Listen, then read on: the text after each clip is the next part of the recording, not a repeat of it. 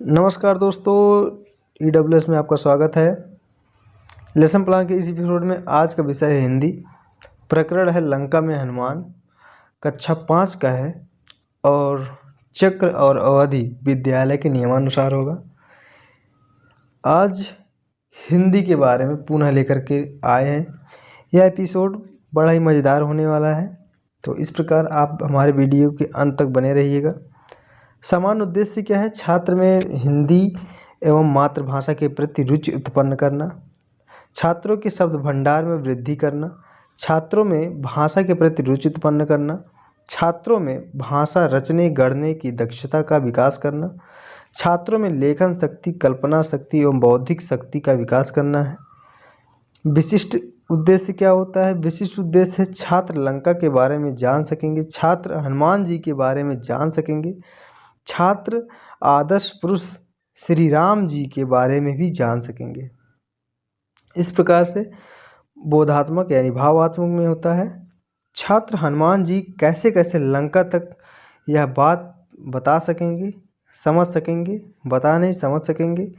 छात्र हनुमान जी की यात्रा का वर्णन को भी समझ सकेंगे। छात्र हनुमान जी के साथ के आदर्श पुरुष राम जी के बारे में भी समझ सकेंगे। इस प्रकार मनोगत्यात्मक, जिसको प्रयोगात्मक, कौशलात्मक, साइकोमोटर के नाम से जानते हैं, इसमें भी यहाँ पे 3 पॉइंट होना चाहिए था, 2 ही पॉइंट, फिर भी कोई इतने भी पर्याप्त हो जाते हैं, क्योंकि 2 से 3 टीचिंग पॉइंट होने चाहिए। क्योंकि किसी के टीचिंग पॉइंट नहीं बन पाते, किसी के उद्देश्य नहीं बन पा रहे हो तो उसको उतने पे रहने दे, परेशान ना हो जाइए, क्योंकि 2 ही पर्याप्त हो जाएंगे।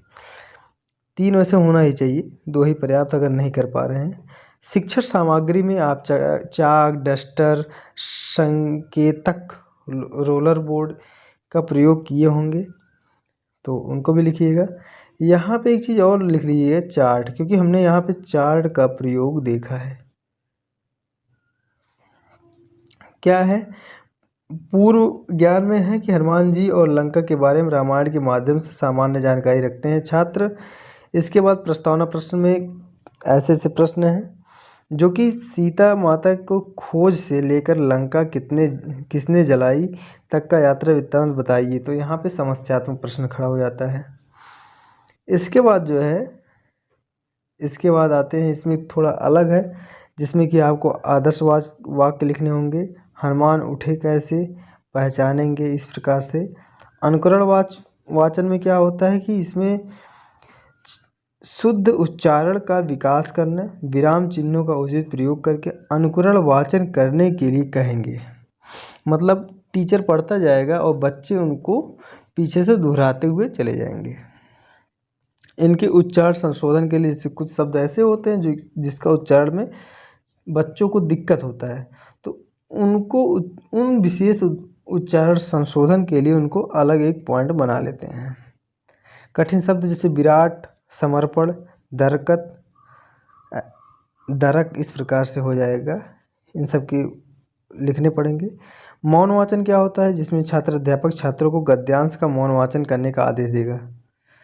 जैसे प्रभु मुद्रिका मेल मुख माही, जलत लाग गए अचरज नाही। इसी प्रकार उसमें बोध प्रश्न भी रहेंगे। बोध प्रश्न में स्पष्टीकरण किया जाएगा। हनुमान जी को उनकी शक्ति का ज्ञान किसने करवाया, उसके बारे में स्पष्टीकरण किया जाएगा। मूल्यांकन प्रश्न में 4 प्रश्न बने हैं। हनुमान जी ने किस पर्वत के ऊपर से उड़ान मारी यानी उड़ान भरी? तो महेंद्र पर्वत। इस प्रकार से उनके जितने भी मूल्यांकन प्रश्न हैं उनके उत्तर श्यामपट्ट कार्य में लिखने होंगे। कक्षा कार्य एवं निरीक्षण।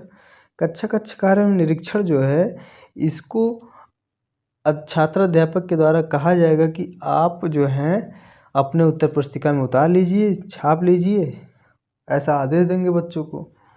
और स्वयं जो है अपने ही कक्षा में, जिस कक्षा में वो शिक्षक पढ़ा रहे हैं, उसमें पूरा कक्षा का एक भ्रमण करके, एक कह सकते हैं कि निरीक्षण करके, घूम के निरीक्षण कर लेंगे। और पुनरावृत्ति प्रश्न आता है, जो कि इसमें जो है ट्रू फॉल्स वगैरह की, ट्रू फॉल्स इसमें बता चुके हैं कैसे कैसे प्रश्न पूछे जाएंगे। अगर आप नहीं जानते हैं तो आप एपिसोड के 7वें 8वें में आप जा कर के देखिए कि वहाँ पे प्रश्न कैसे पूछे गए। हम आपको उसके बारे में खूब अच्छे से डिटेल में जानकारी दिए हैं।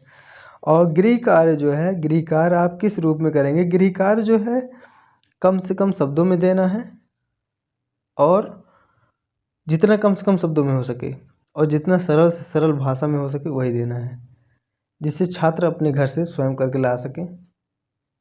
अगर आपको हमारे लेसन प्लान के वीडियो अच्छा लगा हो तो लाइक शेयर सब्सक्राइब करिएगा। धन्यवाद।